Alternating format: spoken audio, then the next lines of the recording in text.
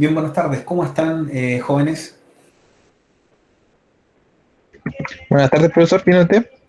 Muy bien, gracias. Así que saludo a todos los que están presentes, todos los que están conectados a la sesión.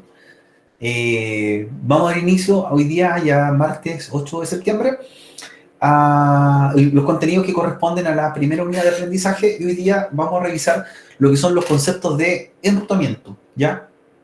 Recuerden que estamos trabajando en un curso en el cual sus dos fuertes son las redes enrutadas y conmutadas. Y en las redes conmutadas ya hemos visto en algunas sesiones anteriores lo que es el trabajo de los switches, ¿cierto? La arquitectura que tienen los switches, cómo funcionan, cómo se distribuyen a niveles jerárquicos dentro de las redes y cómo conmutan lo que es el tráfico de red local, el tráfico de capa 2. Hoy día nos toca ver lo que son las redes ya enrutadas y por lo tanto vamos a conocer los conceptos básicos de enrutamiento y nuestro foco directamente va a ser asociado a lo que son routers, ya tecnología router. Así que esta sesión vamos a conocer los principios de enrutamiento y la idea es que el día viernes, ¿cierto? La sesión del día viernes podamos hacer un ejercicio en Packet Tracer demostrativo. Bien, además de ello, ¿cierto? Les voy a compartir más ejercicios en el aula virtual, como ustedes ya han visto algunas carpetas donde aparecen, ¿cierto? Ejercicios de cada capítulo, ya 2 o 3 ejercicios por semana. Así que es importante que los vayan desarrollando, ya que estos ejercicios les van a servir de preparación para los siguientes laboratorios o talleres que vamos a tener. Vamos a tener, ¿cierto? También por comentar que vienen las fechas de evaluaciones, ¿ya? Así que vamos a tener evaluación la próxima semana, ¿ya? Evaluación de tipo online, va a ser en el aula virtual, un cuestionario, ¿cierto? Teórico sobre los contenidos vistos hasta el momento, ¿ya? Así que se tienen que apoyar harto los contenidos de los capítulos de Cisco, ya que la materia está fuertemente asociada, así que estudien los primeros, por lo menos, 3 capítulos, ¿ya? 3 capítulos. ¿Profe, va a ser como los ejercicios, o sea, como los exámenes de NetAcad, o no? Va a ser de pregunta, va a ser de materia, ¿cierto? La primera prueba, igual que la primera prueba que tuvimos en CCNA 1, ¿ya? Preguntas, selección múltiple, ¿cierto? Conceptos y completar algunos contenidos. Online, ¿cierto? Va a estar abierta durante el día de la próxima semana y a ello les doy las indicaciones correspondientes. Así que nos queda esta sesión, la del viernes, y tendríamos, ¿cierto?, una prueba que vendría siendo de los primeros capítulos. ¿Bien? Eso es para adelantarle, ¿ya? Así que sería fijada para el día martes 15, por eso la aviso con una semana de anticipación. En caso de cualquier, ¿cierto?, modificación que tengamos, de que no vaya el martes 15, lo más probable es que vaya el martes 22, ¿ya? Hasta ahora el martes 15. Así que planifíquense, yo igual les mando el aviso con anticipación de que la próxima semana tenemos la evaluación de tipo teórica, ¿ya? Online, ¿cierto?, en la plataforma. Las que vienen después, la evaluación 2, 3 y 4 van a ser prácticas, ¿ya? En Packet Tracer. Así que la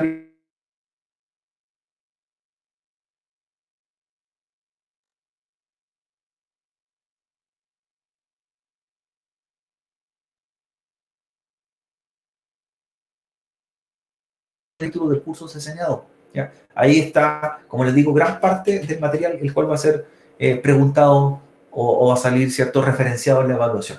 Bien, no sé si tienen dudas con respecto a la evaluación. Martes 15, online, ¿cierto? No, profe. No, Perfecto. profe. No es nada, ¿cierto? No es nada complicado. Ya, la primera evaluación, 20% tiene de ponderación.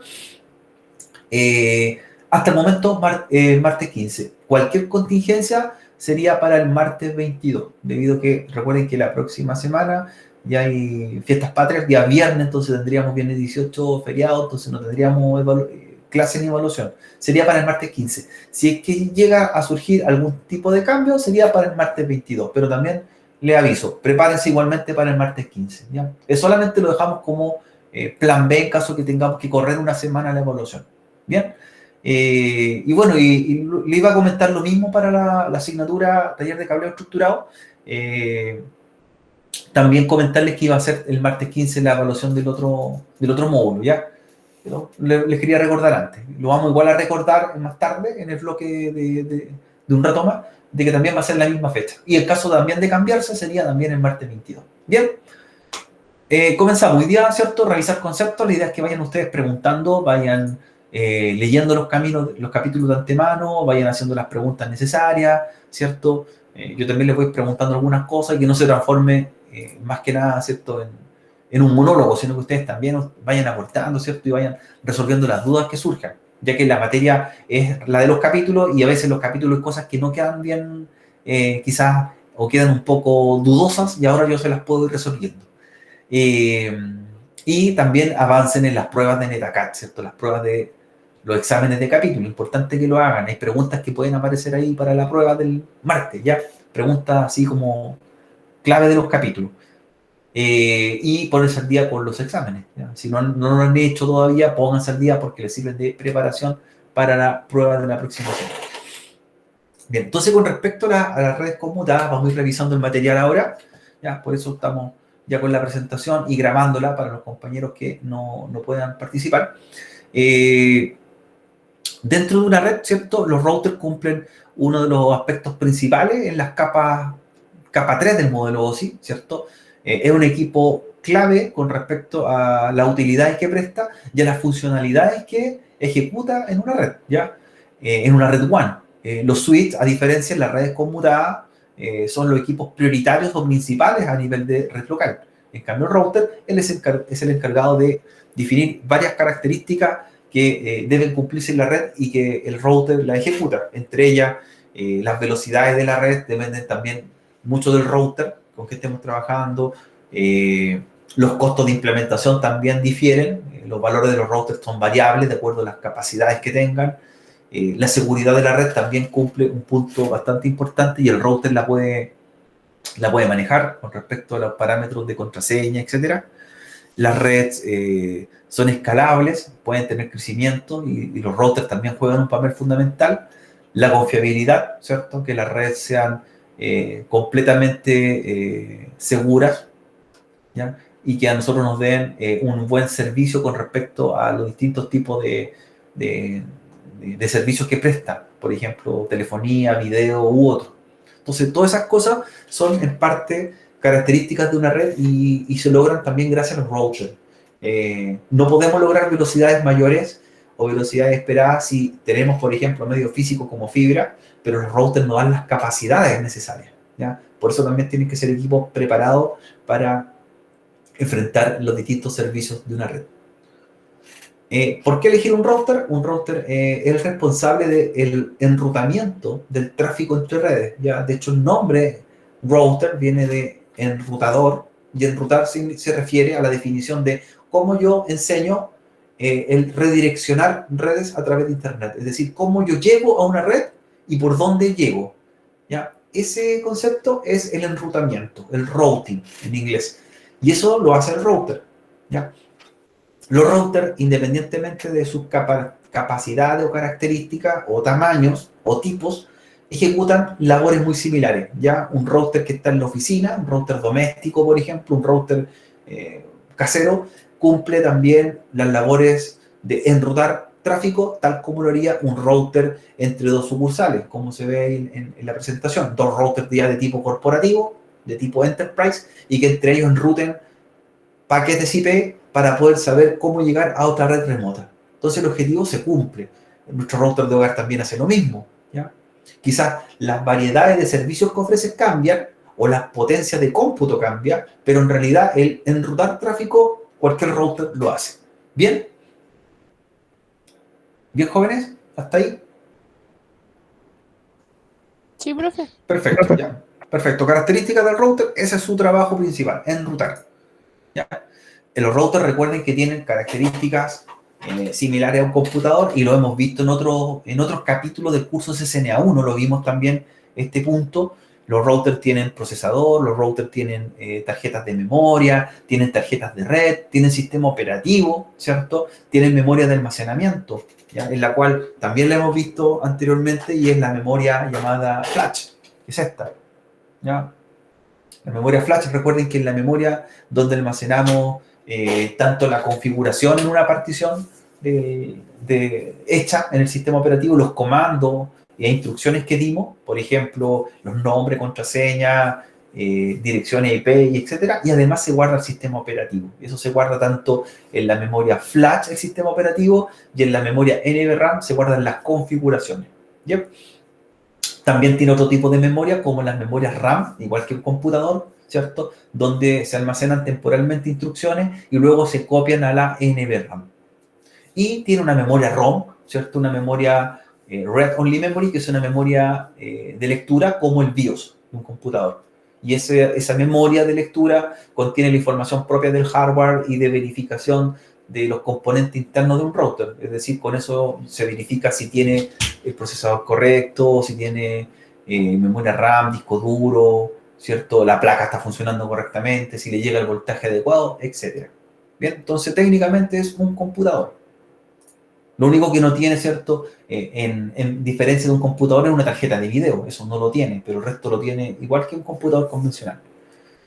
Recordando los puertos, también lo hemos visto. El panel trasero del router, y como le he mostrado yo el router físico en otras ocasiones, un router tiene varios puertos, entre ellos tiene puertos que son modulares, en los cuales se pueden retirar e instalar otro tipo de tarjeta, como las tarjetas de fibra óptica, las tarjetas de tipo serial, que las vamos a empezar a ocupar ahora, esta semana, ya trabajando con los conceptos de enrutamiento. Tenemos también puertos de consola, en los cuales conectamos los correspondientes cables de consola. Acá tenemos los dos tipos, el cable de consola convencional, el puerto de consola, y el cable de consola de tipo USB o mini USB. Como se aprecian ahí, ¿cierto? Dice RJ45 de consola, el RJ45 de consola, y también tenemos el USB mini B, que vendría siendo este más pequeñito. ¿Ya? Ambas tecnologías están presentes en los routers y están ahí, ¿cierto?, incorporadas, porque podemos tener distintos tipos de cables de consola para conectarnos, ¿ya? Así que tenemos alternativa en caso que no tengamos una, tenemos la otra opción. Los routers también tienen puertos USB, y esos puertos USB se ocupan generalmente para respaldar, ¿ya? Ese puerto USB se conecta y aparecería dentro del sistema operativo como una memoria NVRAM. Entonces me permitiría mandar, por ejemplo, una copia desde acá, de la configuración que tengo en esta memoria NVRAM, la podría, ¿cierto?, guardar a través del puerto USB en un pendrive convencional. Ya se puede. Los requisitos que pide, eso sí, para poder utilizar una memoria, un pendrive, dentro de, ¿cierto?, del panel trasero del router, es que estén en formato FAT32. FAT32. Y que sean memorias de máximo 4 GB. Memorias, ¿cierto? Pendrive de 4 GB. Eso es como el máximo de tamaño. Y ahí permitirían, ¿cierto?, enviarle archivos de respaldo y yo guardarlo en un lugar seguro, las configuraciones. ¿Ya?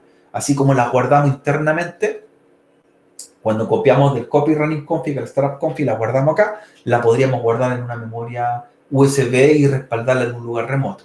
O también copiadas como un bloc de notas, como la hemos visto anteriormente. Ahí está, ¿cierto?, la definición de los routers. Esto también se menciona en los capítulos del curso, los distintos tipos de memoria, la RAM, la memoria ROM, la NVRAM y la flash, ¿ya? Recuerden que en esta memoria está la memoria NVRAM y la memoria flash al mismo tiempo. Es decir, una partición se llama memoria flash y la otra se llama NVRAM, pero es este mismo dispositivo. ¿Ya? Dos particiones distintas, una para el sistema operativo y otra donde se guarda la configuración. ¿Preguntas, jóvenes? ¿Dudas? ¿Cómo van? ¿Bien? ¿Dudas? Excelente, profesor. Perfecto. Recordando, ¿cierto?, qué cosas se guardan en cada una de ellas. ¿Ya? En las distintas memorias se guardan distintos tipos de datos. ¿Ya? Que lo vamos, ¿cierto?, trabajando cada vez que nosotros ejecutamos el router. Los routers eligen las mejores rutas, ¿cierto?, o el mejor routing. Los routers tienen que decidir cómo viajan o cómo envían el tráfico a través de redes WAN, a través de Internet. Entonces hay dos métodos que utilizan los routers.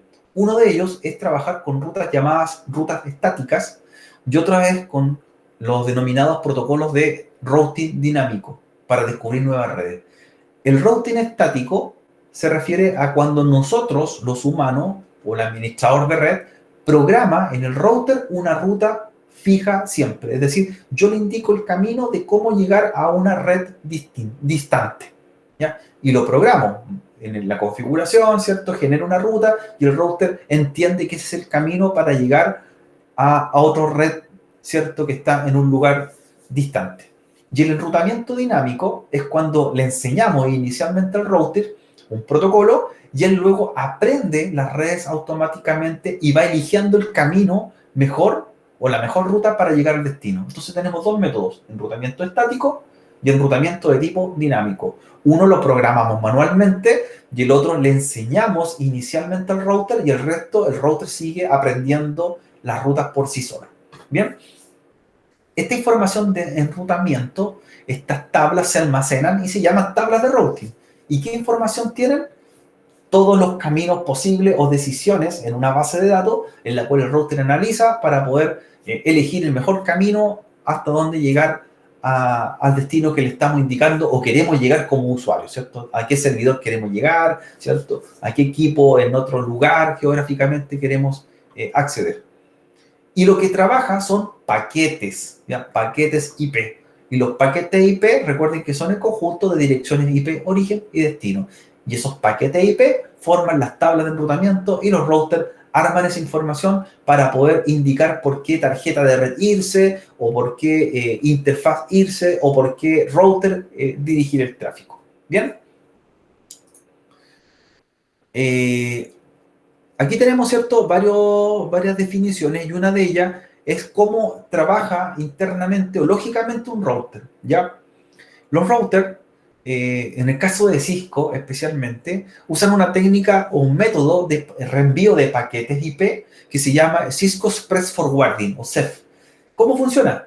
¿Ya? Es decir, el router, por una interfaz, ¿cierto?, por su tarjeta de red, recibe un paquete IP, ¿ya?, que viene desde otro router, y él lo revisa en su tabla, ¿cierto?, de enrutamiento, en su tabla interna, que es una base de datos donde están todas las rutas y caminos posibles, ya que él conoce.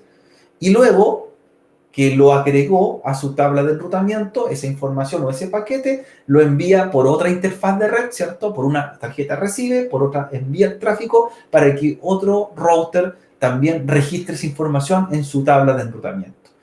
Este proceso, que es realizado en milésimas de segundo, depende mucho del tipo de procesador de un router, la CPU, lo que se denomina plano de control. Porque si el procesador del router es rápido en trabajo, es de alto cómputo, las tablas de enrutamiento, ¿cierto?, en el plano de datos se registran lo más rápido posible, se revisan lo más rápido posible y luego envía el tráfico. Es decir, si tenemos un procesador lento en un router, van a llegar paquete IP, se va a demorar en procesarlo, en revisarlo y en guardarlo y enviarlo. Si eso se demora, imaginemos un segundo, por cada router que vamos pasando a través de las redes, se van sumando otro segundo, otro segundo, otro segundo. Y eso genera finalmente lo que es latencia, ¿ya? Por eso depende mucho, no solamente de la velocidad de las tarjetas de red que tenga un router, ni del medio físico con que están conectados, sino depende mucho del procesador. Y por eso los routers Cisco son caros, porque sus procesadores son los más rápidos del mercado, ¿ya? Eso significa que en nanosegundos resuelve rutas, las revisa, las comparte, ¿cierto?, hacia otro router y es casi imperceptible ese tiempo de espera. Otros routers que son más deficientes en su funcionamiento de CPU, la cantidad de tiempo ya no son nanosegundos, sino que son milésimas de segundo. Y las milésimas de segundo son un lapso mucho mayor y eso genera nuevamente latencia.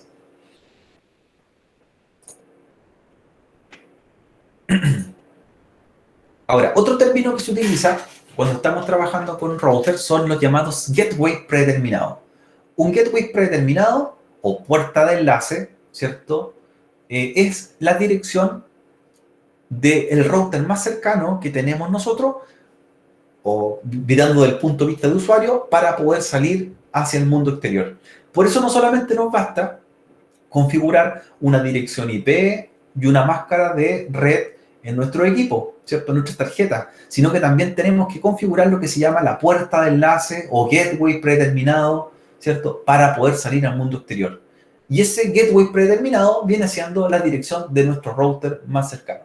¿Bien? O sea, la dirección del router, mi router vendría siendo mi gateway predeterminado, su dirección en la tarjeta de red. Y gracias a esa dirección yo puedo salir para otro router remoto.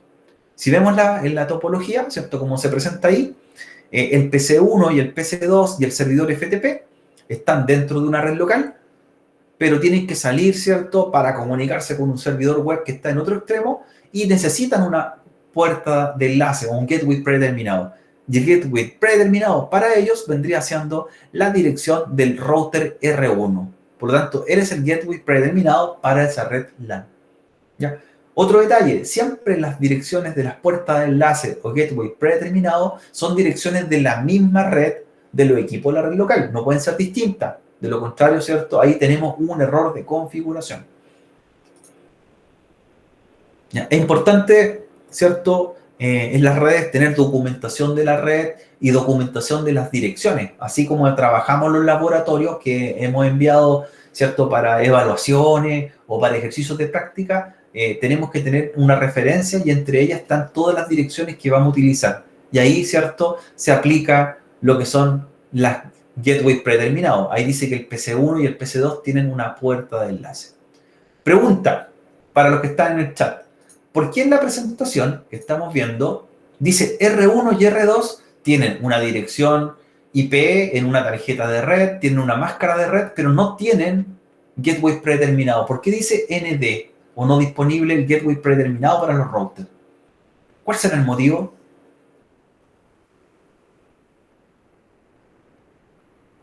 Pero sí aparecen en los PC que necesitan un gateway predeterminado y no los routers. ¿Por qué pasará eso? A ver si nos pueden contestar por el chat. No tiene que ver con los medios físicos. No tiene que ver con los cables. ¿Por qué no tienen ellos asignado un gateway predeterminado? El R1 y el R2.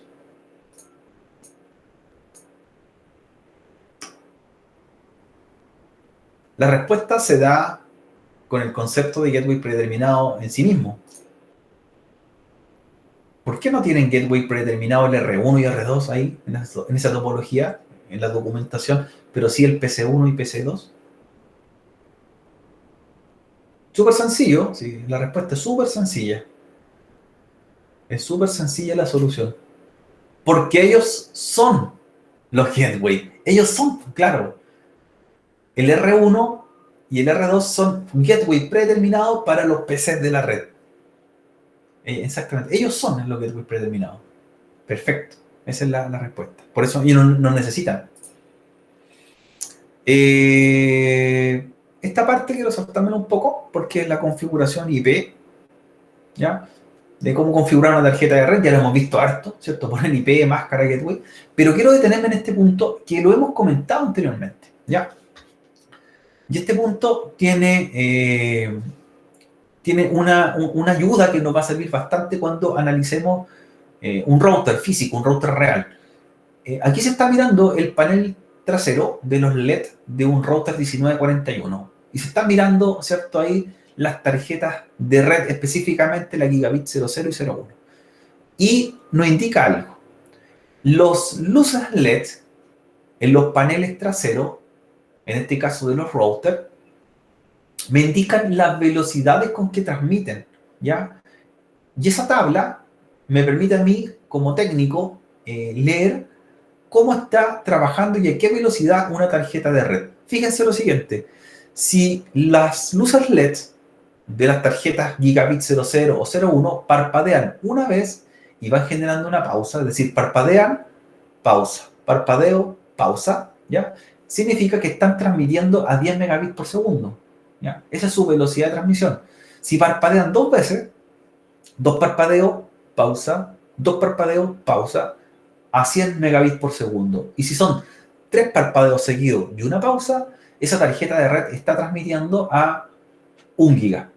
¿Ya? Ahora, puede ser que la tarjeta es de 1 giga, como la vemos ahí representada físicamente, pero no siempre van a transmitir 1 giga. Podrían transmitir a 100 megas o incluso a 10 megas. Depende mucho de la otra interfaz con que estás conectado. Es decir, si esa tarjeta está conectada con un switch fase Ethernet, la velocidad, ¿cierto?, que van a parpadear van a ser a 2 parpadeos, ya que van a ser fase Ethernet 100 megas.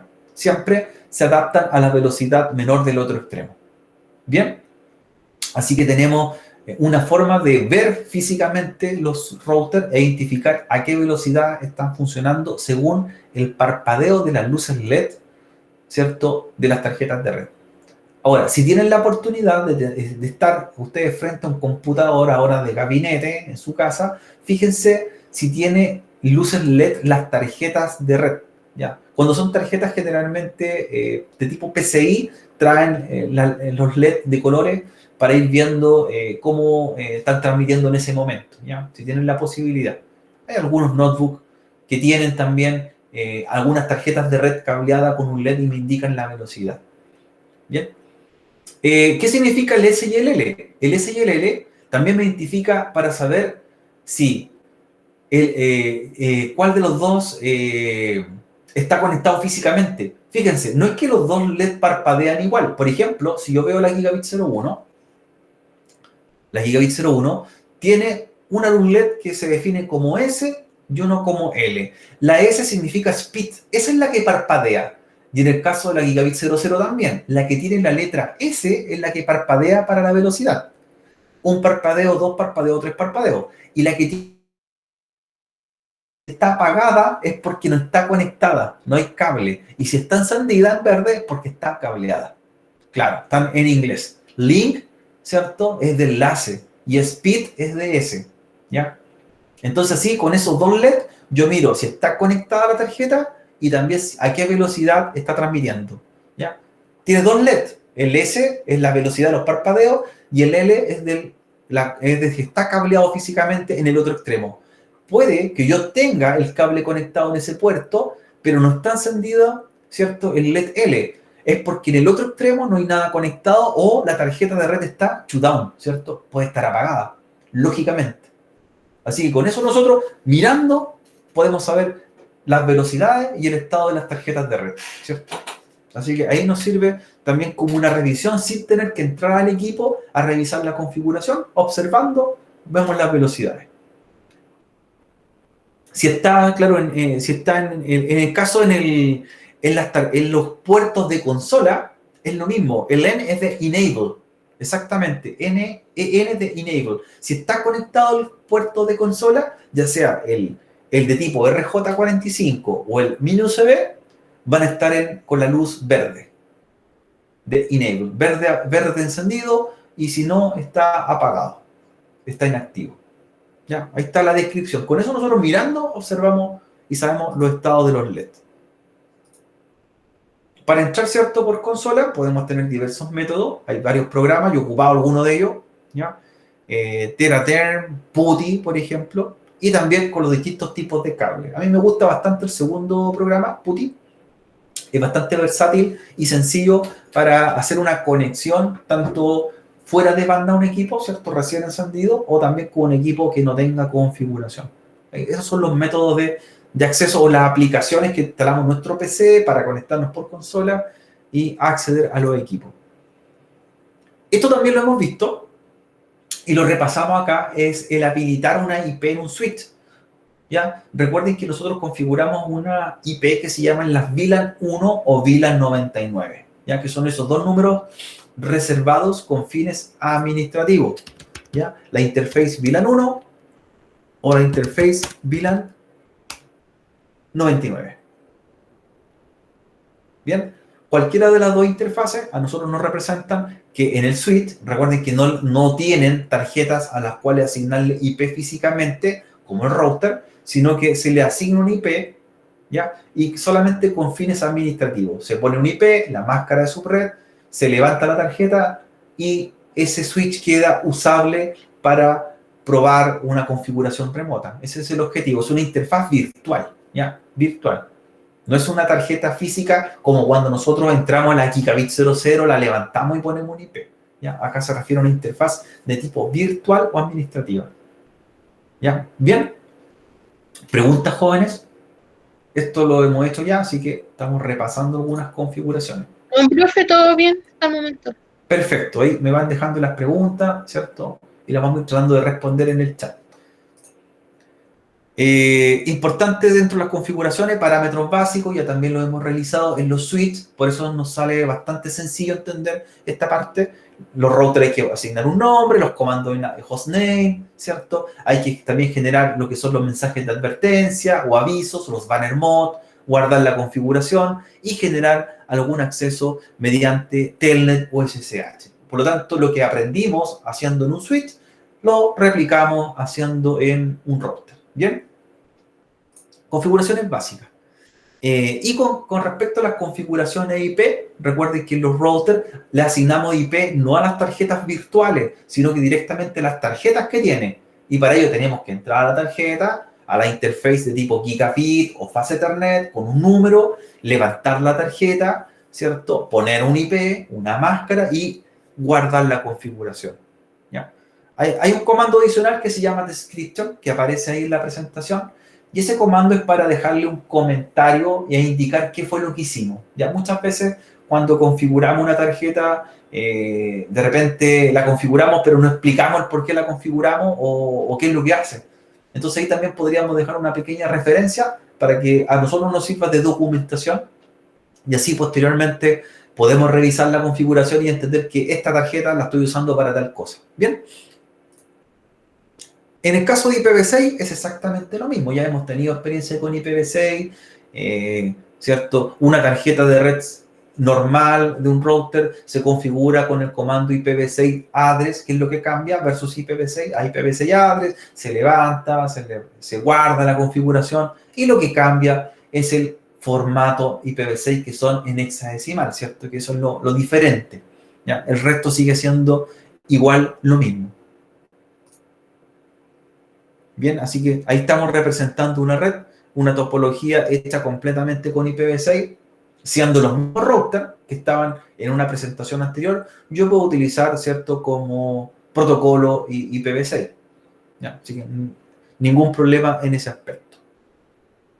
Lo que cambia, ¿cierto?, es la sintaxis de llamar IP a IPv6 con respecto a los comandos que se usan. Son los mismos comandos, pero cambian con IPv6. Hay una tarjeta que se llama loopback, ¿cierto? Hay una interfaz que se llama loopback que se puede utilizar en los routers, la loopback 0, la loopback 1, la loopback 2, y es una tarjeta que se utiliza virtual, ¿cierto? O simulada, ¿ya? A la cual se le asigna un IP en el router y se usa también con fines de prueba, ¿ya? No es una tarjeta que la ocupamos como tarjeta física, como la Gigabit 0001, es una tarjeta de prueba. Personalmente yo utilizo muchas loopback cuando configuro router y le asigno una dirección IP. ¿Y con qué objetivo? Por si me están haciendo un ataque de denegación de servicios, de DOS, y me están mandando muchos ping, no me los van a mandar a la dirección IP de mi tarjeta física, sino que el atacante va a mandarlo a la dirección IP de mi tarjeta virtual o loopback, ¿cierto? Esa tarjeta de prueba. Entonces, hagan todos los ping que quieran, da lo mismo, porque no es una tarjeta real, ¿ya? En seguridad, eso se denomina algo así como el honeypot, ¿cierto? Como el panal de abejas. Es decir, levanto una tarjeta llamada loopback, le pongo un IP, una máscara en el router, como si fuese una tarjeta física, y de esa forma hago caer a cualquier atacante a esa dirección y queda lo mismo lo que haga con esa tarjeta, porque no es una tarjeta real del router.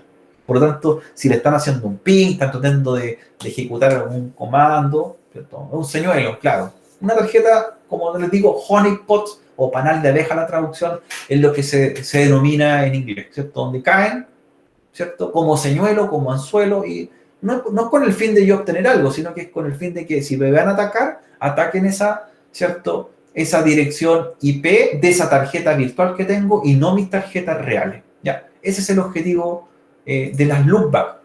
Para pruebas también la podemos nosotros generar, para probar conectividad, para hacer un ping, con distintos fines, pero no es una tarjeta física. No se puede dar cuenta. Usted, cuando ejecuta un ping, hace un ping a una dirección IP, pero no sabe si es una tarjeta real o no. Es por eso. No tiene forma de saber. Eso es lo que pasa con las tarjetas loopback, ¿ya? Lo mismo que en las VLAN 1. Cuando hacemos un ping a una VLAN 1, yo le hago un ping, no sé si es una tarjeta real la que me responde al otro lado, no sé si es una tarjeta virtual. Ya, porque usted le aplica un comando o ejecuta una prueba a una dirección IP, independiente de que sea una tarjeta física o no, lo que está en el otro dispositivo. Para revisar, ¿cierto? Tanto configuraciones como, ¿cierto? Como parámetros, vamos a ocupar varios comandos show y no solamente quedarnos con el show running config, que ha sido como el comando que hemos utilizado constantemente, sino que van a aparecer otros comandos para verificar, por ejemplo, las tablas de ruta, las tablas de enrutamiento, donde podemos ver la base de datos, ¿cierto? Que va generando el router de el grupo de paquete IP, ¿ya? Podemos ocupar los show IP interface brief para ver cuáles son las configuraciones solamente de las tarjetas de red.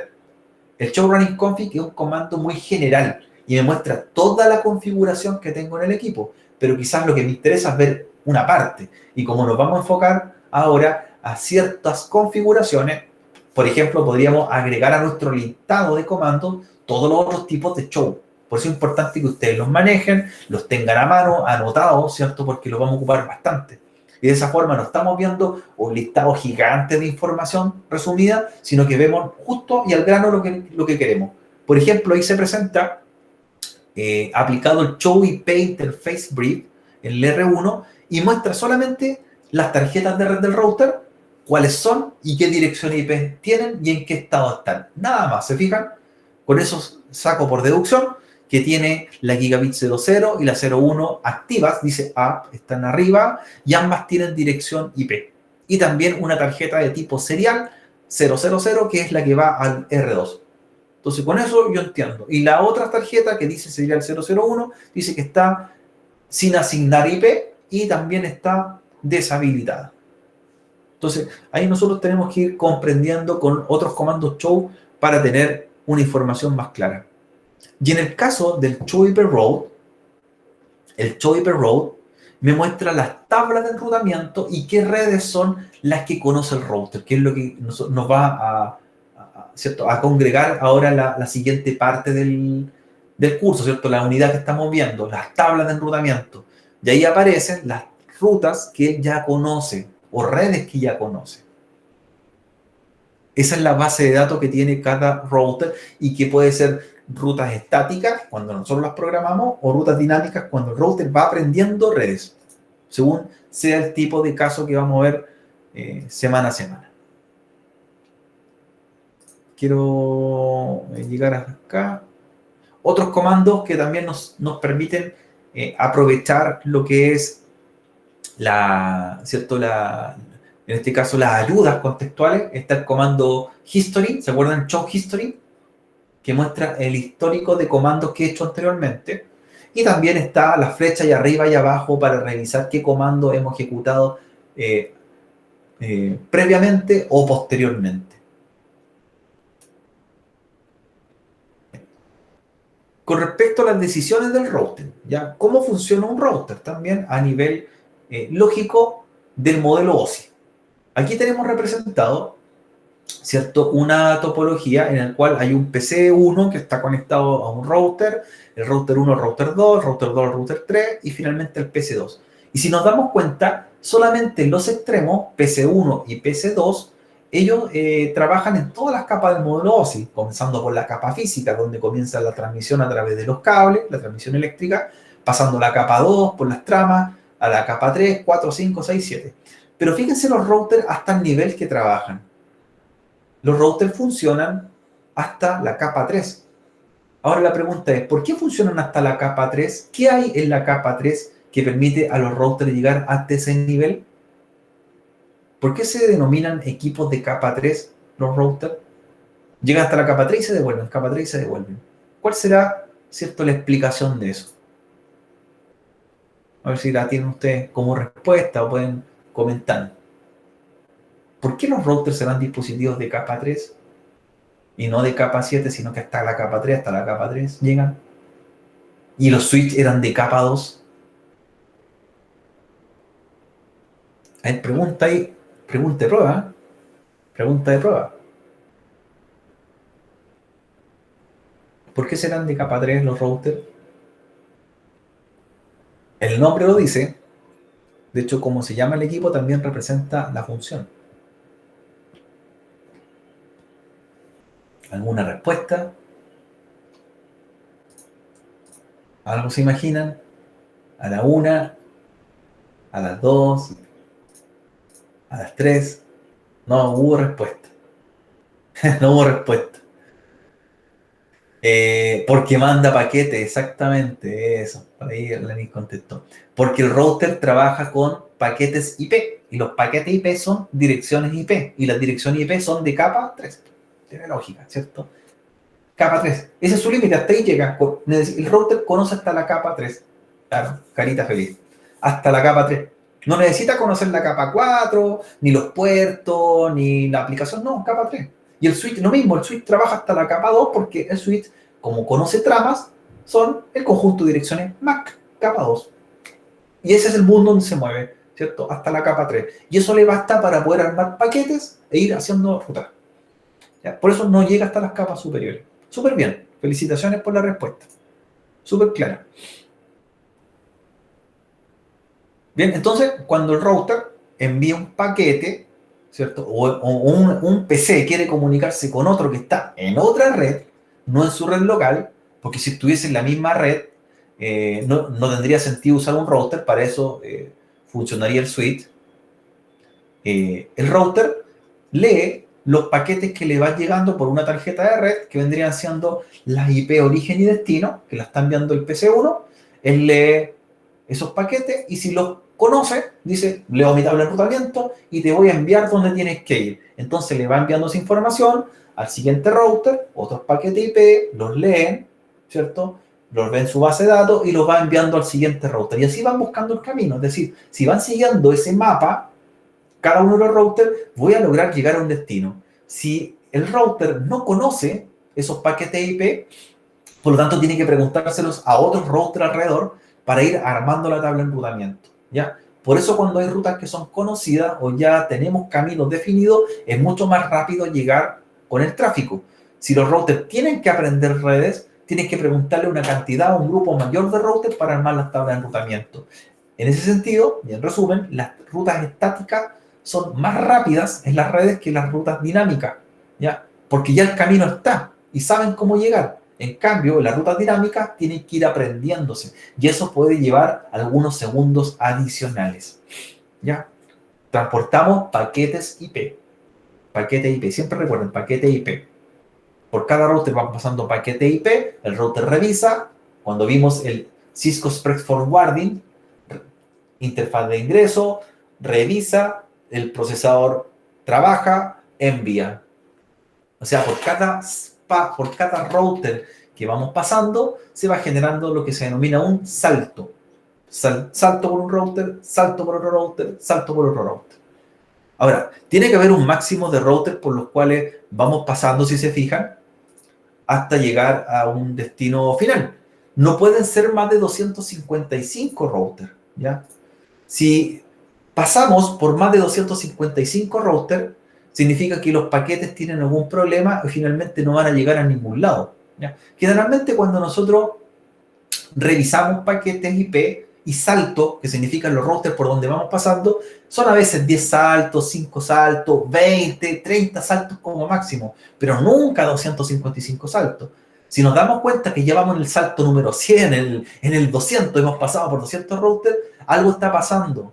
¿Ya? Algo está pasando. Quizás un paquete IP no existe, un paquete IP está incorrecto, ¿cierto? O simplemente nos equivocamos en el equipo que estamos consultando y no existe esa dirección, ¿ya? Una pregunta por el chat. ¿Por qué cambia el cable del R2 al R3? Porque aquí vamos con otra tecnología, ¿ya? Entre R1 a R2, la tecnología ahí se usó cobre, por ejemplo. Y entre R2 a R3 se está usando quizás fibra. Esos tipos de medios físicos ahí se llaman seriales, los que están en rojo, ¿ya? Recuerden que nosotros entre routers podemos usar distintos medios, fibra, cobre también, ¿ya? Generalmente son enlaces de alta velocidad. Esos enlaces rojos se llaman seriales y son enlaces rápidos, más rápidos que el cobre, ¿ya? Lo vamos a ver cuando instalemos estos módulos. Cuando tengamos que configurar el viernes, lo vamos a revisar y vamos a usarlo. Perfecto. Este diagrama nos sirve mucho para representar cómo piensa un router, cómo decide, ¿ya? Este diagrama de flujo me permite a mí entender un poco la esquematización de procesamiento de un router. Llega un paquete a la interfaz, ¿cierto? Un paquete IP, el cual es un IP origen-destino, que viene desde un cliente. El router lo busca en su tabla de enrutamiento, ¿cierto? Lo revisa. Recuerden, estos son en milésimas de segundo. Si conoce o hay coincidencia, dice, lo envío por la interfaz directamente conectada. Es decir, lo proceso, lo revisé y lo envío a una red remota, ¿cierto? Hasta que vaya llegando a un destino. Y si nunca existió ese paquete IP o fue una dirección incorrecta o no la conozco, va a llegar un momento que debo descartar el paquete. ¿Cuándo se descarta el paquete IP? Cuando él revisa en su tabla de enrutamiento y dice, yo no tengo esta información, no sé cómo llegar. Entonces, ¿qué es lo que hace? Lo descarta y se lo pasa a otro router y le pregunta, ¿tú conoces esta dirección destino? ¿Sabes cómo llegar? Y si el otro router le responde que sí, el otro router se encarga de ir redirigiendo el tráfico. Por lo tanto, el router, cuando llega un paquete IP, lo analiza y verifica si lo conoce. Si ya pasó una vez por él, él ya va a registrar esa información y lo va a guardar en su tabla de enrutamiento, ¿ya? Es decir, la primera vez no lo conoció, pero la segunda vez sí lo conocí y ahí lo guardo. Lo importante es que las tablas de enrutamiento quedan guardadas en la memoria NVRAM, quedan aquí. Por lo tanto, no se borran al apagarse, ¿ya? A no ser que nosotros la borremos manualmente. Yo puedo borrar mi tabla de enrutamiento borrando la configuración, pero de lo contrario queda guardada y el router ya conoce el camino. Por eso es importante que cuando nosotros, por ejemplo, estamos tratando de llegar o acceder a un equipo remoto, la primera vez nos vamos a demorar un poco. Y cuando queremos ir la segunda vez, se va a demorar mucho menos porque ya los routers conocen la ruta, ¿ya? Y eso ustedes lo pueden entender cuando visitan algún sitio cuyos servidores están fuera de nuestro país y es la primera vez que lo revisan, ¿cierto? La primera vez que van a esa URL, se van a demorar un poco en cargar el sitio porque les va a costar al router llegar. Pero cuando ya van todos los días viendo la misma página, cada vez se carga más rápida porque ya el router sabe el camino de cómo llegar al destino, ¿ya? Entre más visita un sitio, más rápido es la búsqueda del sitio a través de los routers. De hecho, hay un video que yo les voy a mostrar, se lo voy a compartir al final, que se llama Los Guerreros de la Red. Es un video bastante didáctico que muestra cómo los routers hablan entre sí, cómo comparten esa información. Ahí les va a servir para verificar. A ver si lo encuentro, se lo voy a compartir inmediatamente. Ahí. Con eso les va a quedar como claro cómo funciona un router, en forma más o menos dinámica. Se lo estoy copiando mientras, así que espérenme un segundo.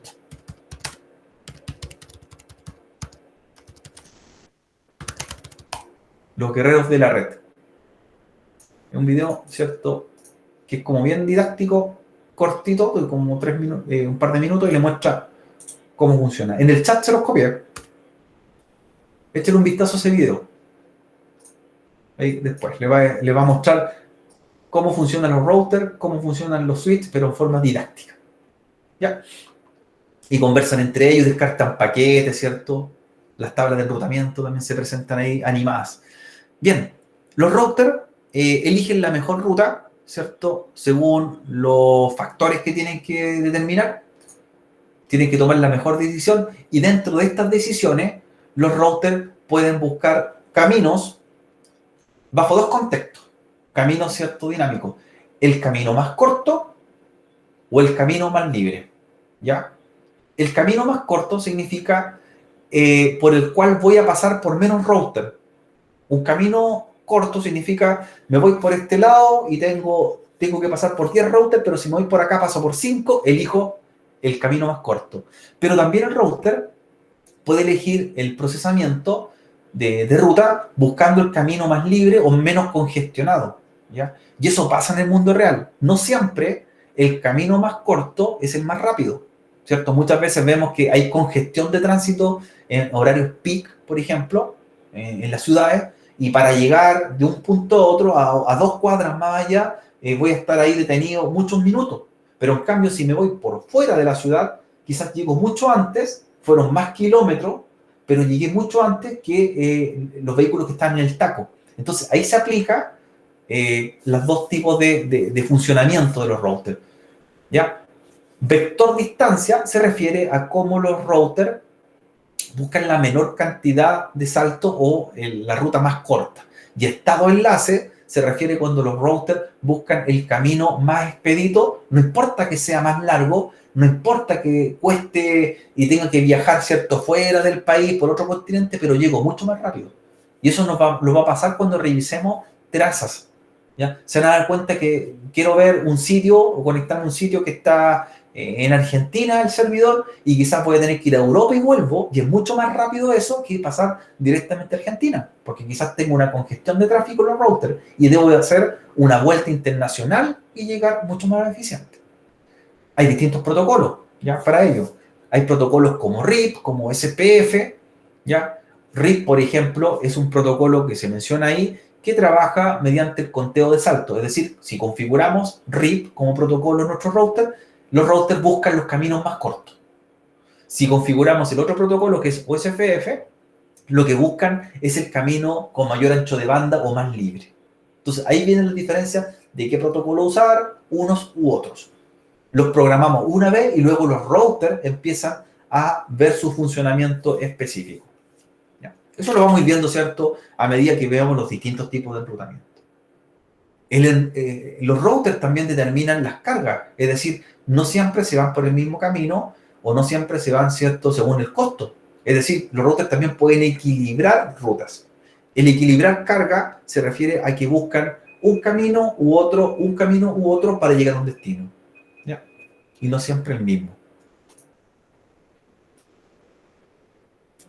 Las rutas, ¿cierto?, los protocolos de enrutamiento tienen una métrica o un valor que se llama distancia administrativa. Y la distancia administrativa es un valor que está estandarizado, ¿cierto? Pensemos que es como un código.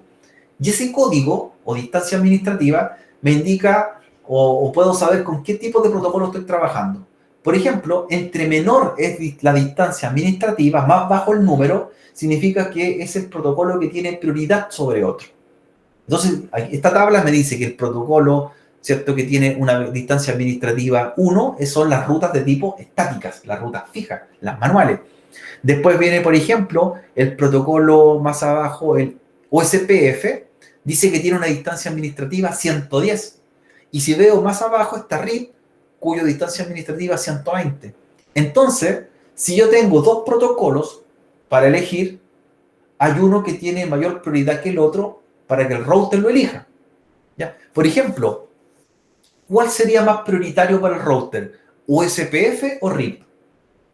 Si tuviesen los dos configurados en un router, ¿cuál protocolo sería el cual el router elegiría entre OSPF y RIP? ¿Cuál elegiría entre OSPF y RIP? Vean la lista. ¿Cuál elegiría? OSPF. Perfecto, porque OSPF tiene una distancia administrativa que es 110 y RIP tiene una distancia que es 120. Los routers eligen el número de distancia administrativa menor. ¿Ya? Y ahora, entre una ruta estática y OSPF, ¿cuál elegiría el router para salir al mundo exterior? ¿Cuál de los dos protocolos elegiría? ¿Ruta estática o OSPF? ¿Una ruta manual o una ruta programada con OSPF? ¿Cuál elegiría? La estática, porque su distancia administrativa es 1. Entonces, esa es la forma de los routers, cómo eligen los protocolos que tienen configurados y con cuál salen al exterior. Para ello se llaman confiables. Siempre la menor pregunta, ¿no? Siempre la menor. Siempre la menor. Y de esa forma nosotros podemos, en cierto aspecto, podemos sugerir cómo queremos que trabaje el router. ¿Ya? Le estamos indicando, ¿cierto? Si tenemos dos tipos de protocolos configurados, va a elegir el que tenga el menor valor. Así podemos tener más de un protocolo, pues, se puede estar configurado y ahí ellos eligen cuál. Ahora, aparte de la distancia administrativa, hay protocolos que son de distintas tecnologías. Hay protocolos que son, por ejemplo, de Cisco, propios de Cisco, hay otros protocolos que son abiertos y que lo usan otros fabricantes. Entonces también debo ver las características de uno y otro, y que lo vamos a ver, ¿cierto?, en los capítulos más adelante, cuando estamos viendo ya cada uno de ellos. Entonces, pero para nosotros, ¿cierto?, recordar que la distancia administrativa es un valor fundamental con que el router elige. En las tablas de enrutamiento, ya para terminar, ¿cierto?, las tablas de enrutamiento, recuerden que son la información o esas bases de datos de rutas que el router almacena. ¿Dónde las guarda en primera instancia? Esas tablas de routing en la RAM. Se guarda en la memoria RAM, está temporal. Y luego la guarda, ¿cierto? Luego el procesador la ejecuta, la CPU, y luego se guarda en la memoria NVRAM. Entonces se cargan estas rutas primero en la RAM, el procesador las revisa, las comprueba y luego las traspasamos a la memoria NVRAM. Ahí están aplicados los comandos, ¿cierto?, para ver las rutas, los choice per route, eso vamos a usar bastante esos comandos, para ver distintos tipos de protocolos que están configurados y distintos tipos de rutas. Ya, por ejemplo, ahí se ejecutó el choice per route en el equipo R1, ya aparece, ¿cierto?, la sigla de cada protocolo. Cada protocolo tiene una letra. Por ejemplo, si aparece la letra O, significa es OSPF el protocolo que está configurado. Por ejemplo, aquí, donde estoy pasando el mouse, no sé si alcanzan a ver, aparece la letra D, una ruta con la letra D. Si voy a mi tabla arriba, dice que D se llama el protocolo EIGRP. Entonces, esa red que está ahí, la 10.1.1.0, fíjense, máscara 24, esa red la está conociendo el router a través del protocolo EIGRP. ¿Ya? IGRP. Y llegó a esa red a través de esa dirección de interfaz, la 209, 165, 226, que vendría siendo la dirección del R2. A través de esa dirección del otro router conoció esa red, que es la que está en este otro lado. Esto quería mostrarles, ya para ir terminando esta parte de la clase. Fíjense, cuando revisamos una tabla de enrutamiento con el comando choice per route, aquí está la misma línea que acabamos de ver anteriormente, pero destacada para que entendamos la información. D, ¿cierto?, representaba el protocolo, era IGRP. Luego viene la red que conoció, es decir, el router 1 conoció, fíjense, la red 10.1.1.0 máscara 24, es decir, conoció a todos los dispositivos que están en este lado, que no los tiene conectados, sino que están en el otro router, en el R2, pero los conoció. Conoció la red con esa máscara 24, ¿ya? Vía significa por dónde los conoció. Los conoció a través de la dirección 209, 165, 200.226, que vendría siendo la serial 000 del R2. Ahí está, la serial 000 del R2. Entonces, a través de aquí conoció la red que está en este otro extremo. La conoció hace 0,05 segundos, pero fíjense ese valor que está destacado en 90. ¿Se acuerdan lo que significaba ese valor? ¿Qué era el 90? ¿Qué era el 90? La distancia administrativa. Entonces, fíjense, 90, voy a retroceder un par de sesiones atrás, fíjense. 90 era, ¿cierto?, que se estaba usando el protocolo EIGRP. Entonces vuelvo acá. 90 EIGRP. Y esto es una ruta. Esto es la información de la tabla de enrutamiento. Ahí está expresado, ¿cierto?, todo lo que me entrega informativamente en el router. Bien. El día viernes vamos a hacer un laboratorio ya en Packet Tracer para repasar, ¿cierto?, todo lo que son los comandos de ruta, ¿ya? Y hacer un ejercicio para ir, ¿cierto?, entendiendo el funcionamiento de las rutas primero iniciales, que son las rutas de tipo estática. No sé si tienen alguna pregunta más. ¿Alguna pregunta que les quedó pendiente? No, profe. Ya, súper. No, profesor. Súper. Recuerden que este material es de los primeros capítulos, ¿cierto? Que ya lo han ido leyendo, así que por eso se les va a familiarizar. Les compartí, ¿cierto?, en el video, para que le echen un vistazo, el Guerreros de la Red. Echen un vistazo a ese video ahora en este break, y ahí se dan cuenta gráficamente cómo funcionan los routers. Bien, nos vemos entonces en el otro bloque de taller de cableado estructurado. En taller de cableado estructurado, más tarde, en una hora más, vamos a hacer un laboratorio en Packet Tracer, ¿vale? Ahí sí vamos a jugar Packet Tracer para diseñar una topología celular. Bien. Ya, profesor. Nos vemos más Nos ratito. vemos más tarde, que estén bien. Chao. Chao.